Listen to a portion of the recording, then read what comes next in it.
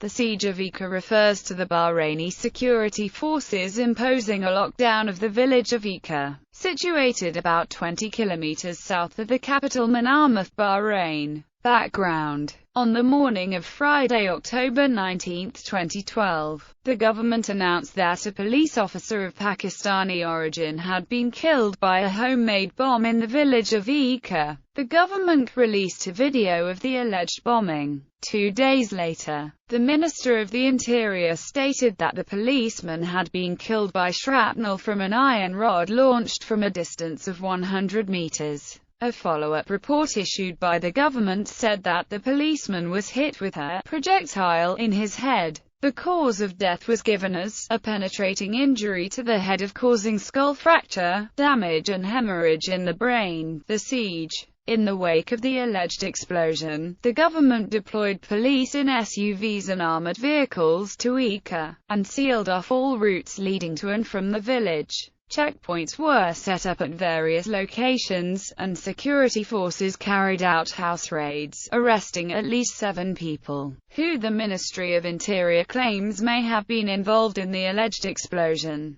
Bahraini human rights activists have stated that the raids carried out against citizens' houses are unlawful, and the arrests are arbitrary and without reasonable grounds. A statement released by Bahrain's largest licensed opposition party, Al-Wefaq, described the siege as state-sponsored terrorism. The statement also said that extrajudicial raids were carried out on over 40 houses in Eker, detailing property damage and harassment during the raids. Security forces have enforced a blockade, denying entry and exit to the village for over 48 hours. Regular food deliveries have been turned back, and ambulances have been denied access. Within the village, police have prevented residents from attending school. Al-Wefaq and other licensed opposition parties, including National Democratic Action Society, Ekar, Qawmi, and Wadoi, have collectively announced that they will be sending a joint delegation to Eker on the morning of Sunday, October 21, 2012, to try and peacefully break siege of the village. The opposition parties also plan to hold a protest Sunday afternoon.